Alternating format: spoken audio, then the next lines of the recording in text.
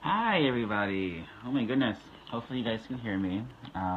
It is Friday morning on, I think it's, what's the date? I think it's the 14th. Today's the 14th of July, which I can't believe is already the 14th of July, meaning it's already been 10 days since the 4th of July, which feels like it was yesterday. But anyway, some of you guys are seeing the title. It's about a little bit after 9 o'clock in the morning, my time. Oh, hi, Mom. Oh my goodness. Mama Whack is on. She sees her kitchen in the background. But yes, I'm just sitting in the kitchen. I have a few minutes before I need to get ready for work today, and I just had some thoughts to give you guys.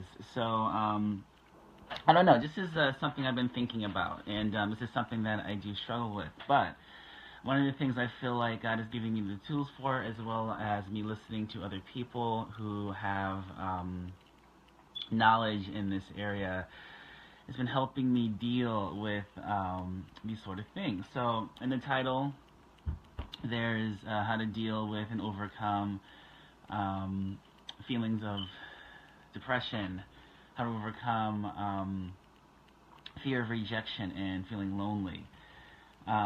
These are things that sometimes I don't want to admit that I deal with. But with me as a person who has my own my own things that I've dealt with in the past, these feelings sometimes creep up on me. And this is a completely impromptu video. I have no talking points, so we'll see where this goes. I have about a few minutes, so I figured I would talk to you guys, and we'll see what God does. But anyway, rejection is something that I fear. Well, I'll put it this way: it's something that I did fear. It is it's like a feeling on the inside of me. Now, back to give you guys some context, back when I was younger, I would say around 10 or 15 years ago. I'm 25 now. At the recording of this video, about 10 or 15 years ago, when I was in middle school, even in elementary school, I never really felt like I fit in. I mean, growing up in Christian circles, I always had people, in charismatic, prophetic Christian circles to be specific, I always had people prophesy over me that, oh, Jeremiah, I see a calling on your life. You have an amazing calling on your life. You're special. You're called to do great things for God. You're called to do, you're called to change the world for God. And, just do a lot of different things. So I've always had this notion that I'm special, or people prophesying over me that I'm special, or speaking over my life that I have some great calling. But I always knew that I was peculiar, and I had a different way of thinking about things. I had a different way of looking at the world. I developed differently than most people. There were many, many ways that I was ahead of my time and ahead of my generation. And there were other times where people were ahead of me in other ways, and I want to talk about that. So in many ways, like intellectually and spiritually, I was always ahead of the group. For the most part, the groups that I dealt with in my life, and emotionally, I was always behind. So I never really felt like I fit in anywhere. And it was about the time I entered middle school, which was, I think, in around 2005 or 2006. Oh, hi, Radim. Oh, my goodness. Good to see you.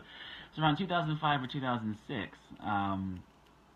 That was when I started to experience bullying for the first time in my life, where I had to go to an alternative school for reasons I won't get into on this particular Facebook Live. But the thing is, it was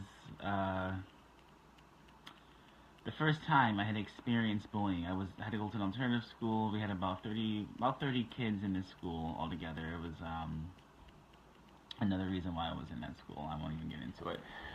But the school that I went to in Manchester had a lot of kids that were there for behavioral issues. Now, I wasn't there for behavior. I mean, there was other behavioral things. I wasn't necessarily there for anger, but just like I said, that's a whole story behind it. I just wanted to give you guys some context of why I was there. But I wasn't there for the same reason as everybody else, but when I started going to this school, a lot of the kids that were there for severe behavioral issues, and they started to lash out at me because I was different. Now, I was in like sixth grade at the time, so beforehand, I hadn't really experienced that much bullying or ostracization or anything like that. But that's when I really started to experience it for the first time. Um, so I remember ever since then, I dealt with fear of rejection. There were other instances in my life where people would become my friend, and they would like want to talk to me. They would want to like befriend me. Like they didn't think I was like too peculiar or different to actually want to befriend, so they would befriend me. And after a while, as they saw that most of the other kids would make fun of me, they were making fun of me. Sometimes they were succumb to peer pressure, and they would start making fun of me themselves. And this left a scar in my heart because, I mean, these people started out as friends. They started out as people who said that they liked me and liked being around me, but because the vast majority of the other peers in our class or in our grade would make fun of me, they started succumbing to peer pressure and doing the same. And there were other times in life where people like befriended me, like we would talk on the phone all the time, and I would help them through particular issues, and then all of a sudden, because of circumstances that they were dealing with, they would completely cut me out of my life, or cut me out of their lives without giving me an explanation. So I have this scar on my heart, so to speak, where it just feels like no matter what happens, um, it's like I feel like people are just not going to, once they get to know me, they're not going to like me anymore, and that's the thing that I deal with right now. It causes extreme anxiety, like my social anxiety. I know most people get social anxiety where they primarily uh, can't talk to anybody, or they can't like interact with anybody because of that fear, that adrenaline that they feel. But I have no issues with interacting with people or starting conversations. In fact, you should see me at work when there's somebody new, like a guest that comes up. I'm very good at talking to them at Six Flags, or even if a new employee comes, I'm very good at walking up to them and just introducing myself and making myself known. I'm very good at this, and for the most part, that's what I'm able to do. But where my social anxiety basically comes in is when I am invested in that person's life and they're invested in mine, so to speak, and all of a sudden I'm not in their lives anymore. I have this fear that after a while, people are just going to completely reject me and not want to be around me because it's the thing. It's like I feel like people once they get to know me, I feel like they won't like me anymore, and that's the fear that I get. That is the anxiety that I get as far as depression or this feeling social anxiety is concerned. And so, for years now, I've been asking the Holy Spirit and also people in my life who I believe are wise on how to deal with this particular issue. It is not easy because it sometimes causes me to act out, to lash out when I feel like people that I love are rejecting me or they don't want to be around me for whatever reason. I feel it's like a physical feeling on the inside. It's almost like I feel like the adrenaline is pumping through my heart. I feel it like the adrenaline is pumping through my heart. I feel the rush of um, like what is I mean, once just my heartbeat starts, my beats per second start getting faster, and I feel like this knot in my stomach, and it's like I feel like why is this happening? And a whole bunch of thoughts go through my head when it even looks like somebody is rejecting me or not wanting to be around me. So for years, I've been asking God on to give me tools to deal with this particular problem, because it's been something that has been taking over my life for a long time, and I refuse to let it. So I've been using a lot of tactics that people that I love have been giving me, a lot of tools, a lot of resources. My godmom, Mimi, came up with the idea of the binge vision, where you basically write down different things that you want to have happen in your life, and you write it in present tense, and you listen to it every morning. And there's other tactics that I've learned where you just basically write down your emotions, and or you just think about it. See, one of the things that I've used is like sometimes I just talk out loud to God. Like I literally will have a conversation with God like I'm having with you right now. That's like I don't beg Him. I'm not like, oh God, would you please do this, or would you please do that? Would you please help me, with this? I have a conversation with Him like I'm talking to a friend. And I realize that that really helps me get my emotions in check. But emotions have been a thing that I've been dealing with for a long time. Now, just like I mentioned in the beginning of this video, I have always been intellectually gifted. Like that was the way that I was ahead of my peers. Was when it came down to spirituality, and when it came down to intellectualism, or just using my mind in that particular area, is where I excelled. But where I wasn't so hot was when I was dealing with my emotions. I've always been behind my peer group emotionally. It was almost like emotions have really been a thing that I feel. Now, I mentioned earlier, oh hi Renee, how are you? I mentioned earlier that I grew up in like very charismatic Christian circles, and they would prophesy over me things like, oh, I see you as a prophet, and I see you as doing great things for God. Now, for the most part, I wanted to believe them, and I knew that the personality that God had given me was a result of me being peculiar, and there's Bible verses that I would read that would go along the lines of, you're set apart. And even though I wanted to believe and understand that yes, I have a calling on my life, and there's something that I'm called to do, and God gave me this personality for, I'm sorry, excuse me, Facebook Live, can't edit it out. But the reason why God gave me this personality was because this is the personality He gave me. He wanted me to have, and even I was even named after the weeping prophet Jeremiah. So I didn't like those things at first, but here's the thing: I began to realize that there's something significant about why God created me, and why He gave me this name, and why He gave me this personality. Like I really, for a long time, dealt with self-loathing, wondering what was wrong with me. Why is it that I can't fit in anywhere? It was only when I met the people that I'm currently living with, that I actually felt like I belonged somewhere for a long time. And so, as a result of that, I feel like I'm really emotionally attached to Mimi and her family. And sometimes, in a way that I've had to deal with, because I know that they love me, but it was I know for me, they've had to deal a lot with me being just emotionally, what's the word I'm looking for? They've had to deal with me having all these different emotional things or issues, and thank you, Mimi and Mike or Michael or whoever is, if anyone from the family is watching this video or will watch this video, because I thank you for that. But I feel like it's because my relationship with them started, it started about almost 7 years ago now. It feels like it's only a lot longer. It's only been 7 years. It's crazy. It feels like it's been at least 20, because I think they know me so well and I know them. But my relationship with them first started when I, years ago at this little place called the Wine Cellar in Tallinn, Connecticut. But it started from a really emotional place, because they made me feel really special, and I hadn't felt that way in a long time. Not because my mom wasn't a good mom. She's a really good mom. But I'm talking about, people outside my family. I didn't really feel special.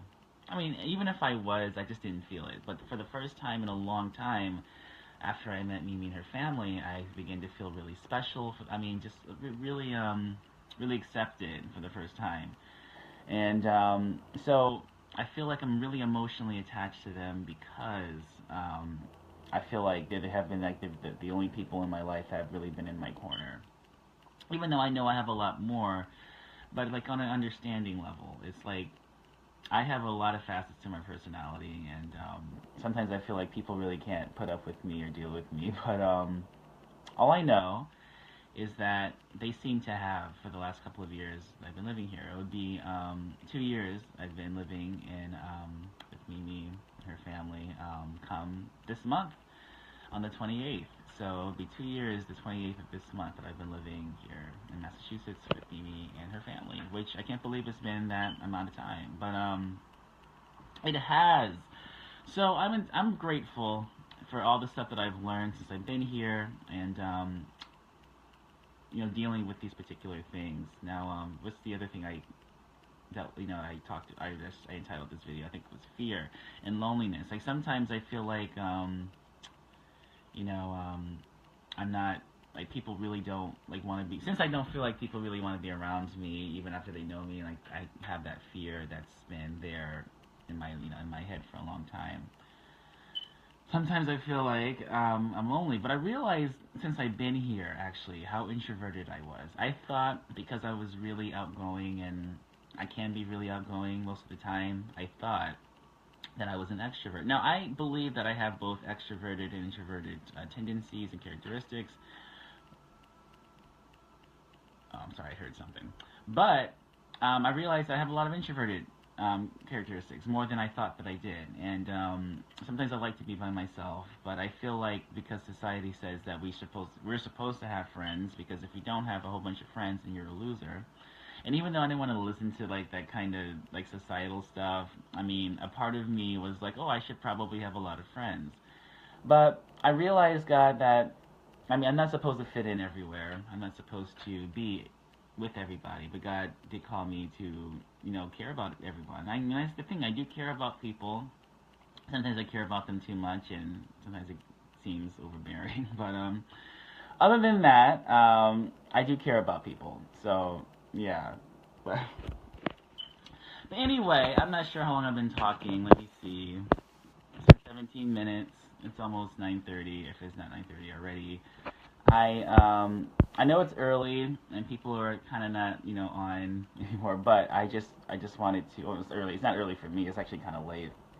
But I know it's early for some people. But I just felt like doing an impromptu video, telling you how. I think most of this was me explaining my story, but how to deal with it. It's a lot of different tactics I've used. I mean, prayer.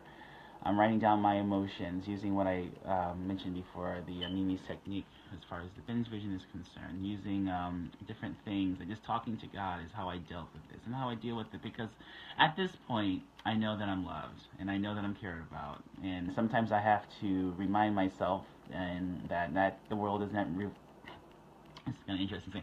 The world does not revolve around me. I'm not the center of everyone's world all the time, and that's okay. I mean, to give you some more context of my life, like, since I was sort of kind of raised as an only child because my siblings were so much older than me, and because I had this personality that stands out, I was always, looked at, I'm just pretty much used to being the center of attention.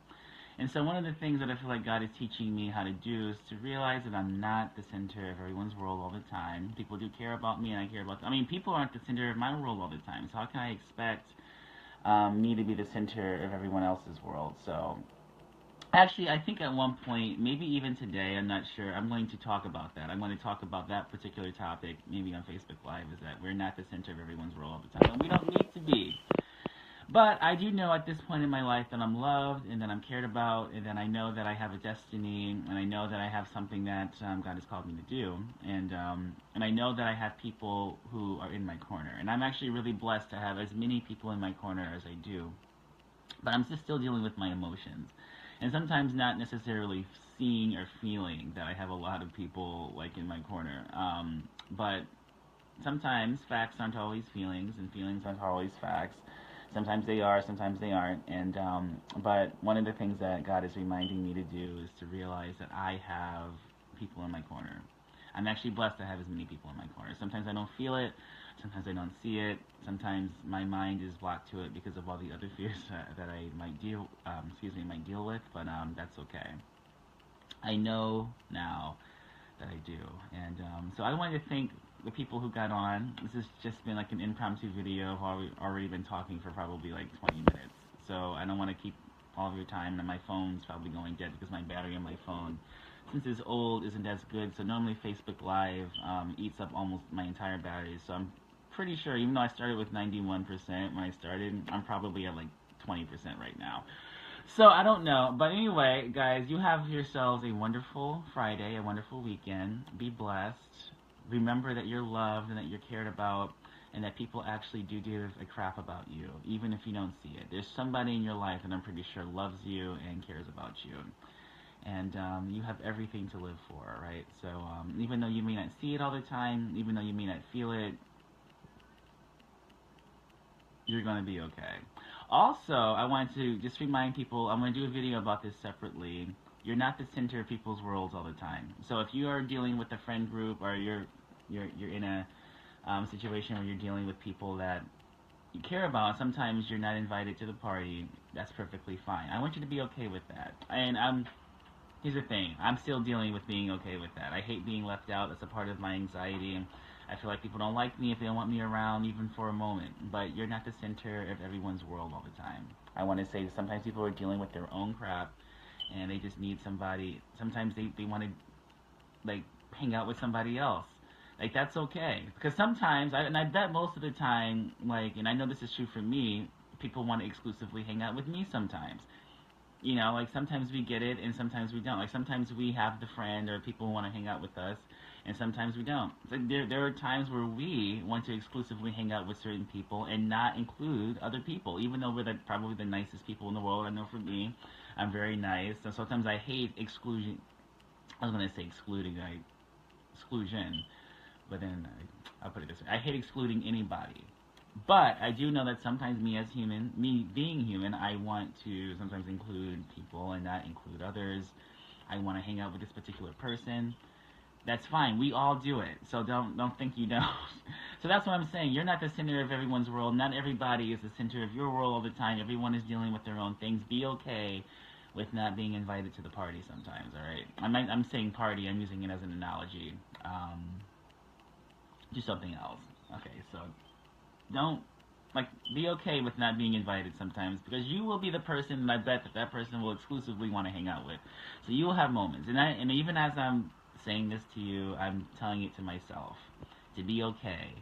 I'm saying it to myself as well, to be okay with not being invited to every single thing. It does not mean people don't give a crap about you. It doesn't mean that people don't love you. It just means that they want to do something else with somebody else at that particular moment. Even if they don't give a crap about you, then don't be around them anymore because then you don't need to be around people who don't care about you and you don't care about yourself. That is just wasteful on your own psyche, and it's harmful to your mental health. But anyway, God bless you guys. Have a wonderful weekend. Actually, you might see me at one point again today or whatever. I have to go. I know now I have to get ready to get to work, but you guys have a wonderful day, and remember, you're loved, and people care about you. All right. I'll see you soon. Bye.